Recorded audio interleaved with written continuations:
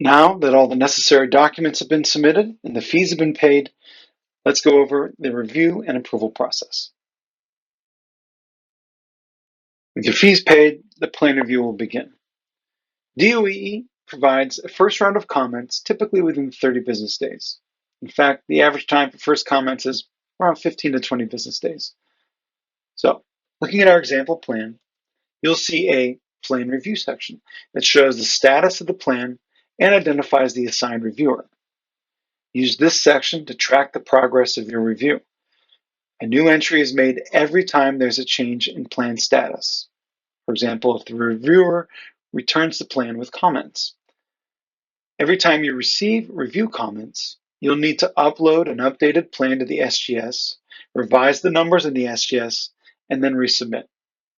Once all review comments are resolved and all fees are paid, the plan can be approved.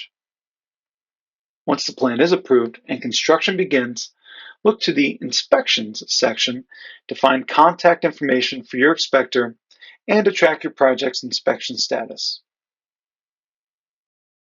To summarize, here are the steps that are completed at the end of the review process in order for the plan to be approved.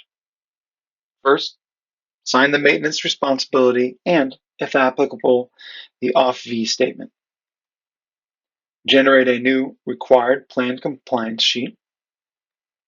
Attach a PDF of the plan set.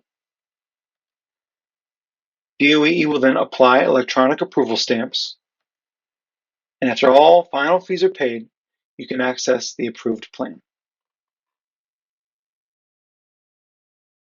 All stormwater management plans must have the person responsible for maintenance sign the maintenance responsibility stamp.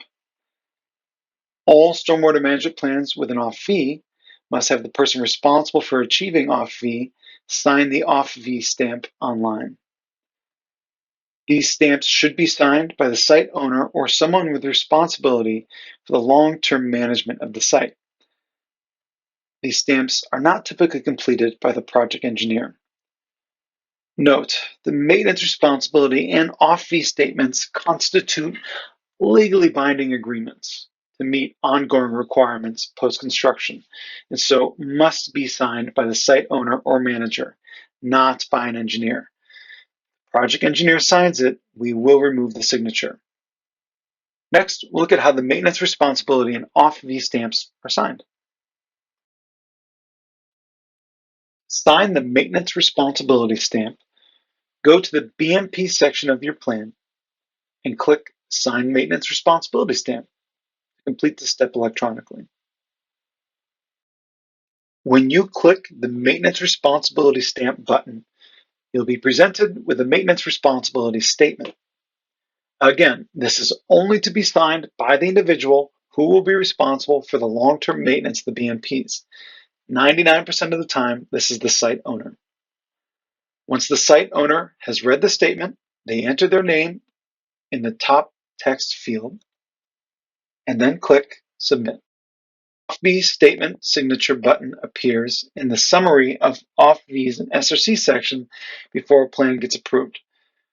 The signature process will look the same as that for signing the Maintenance Responsibility Statement. This is also only to be signed by the individual who will be responsible for ensuring that the Offv obligation is met each time it becomes due.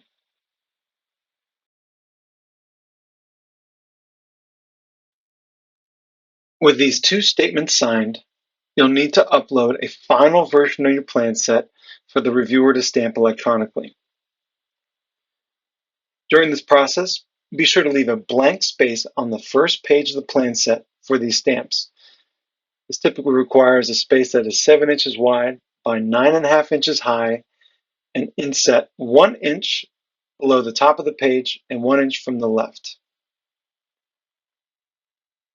Upload this document to the Plan Documents section as a PDF file. Please do not upload as a zip. Again, there is not a file size limit, although there is a 3-minute timeout if the file takes too long to upload. Here's what the front page of the plan can look like.